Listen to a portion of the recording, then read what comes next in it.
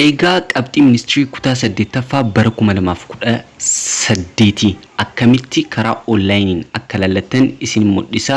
Daqiiqaa tokko yeroon caale keessatti akkamitti akka laallattan isin mul'isa.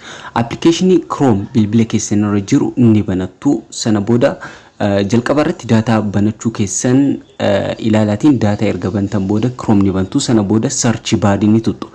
Search bar erga tuttan booda akkuma argaa jirtan bilbila irratti Oromiyaa .ministry.it akkuma gubbarratti argaartan .it tani barreessitu ministry.it sana booda search ni gootu akkuma argitan erga search gootan booda kino interface fuula kana fakkaatu isiniif fida. Kana jechuun check my result kan jedhu sun ni jira. Get result on Telegram check my result tuttu. Sana booda erga tuttan booda akkuma argitan registration number keessan galchaa isiniin jedha.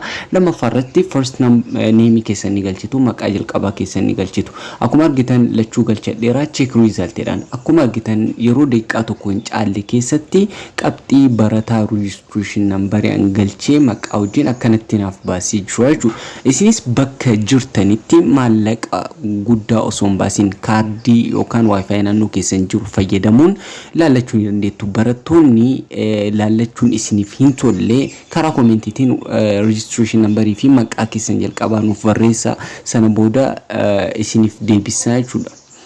Guyyaa gaarii qabaadhaa.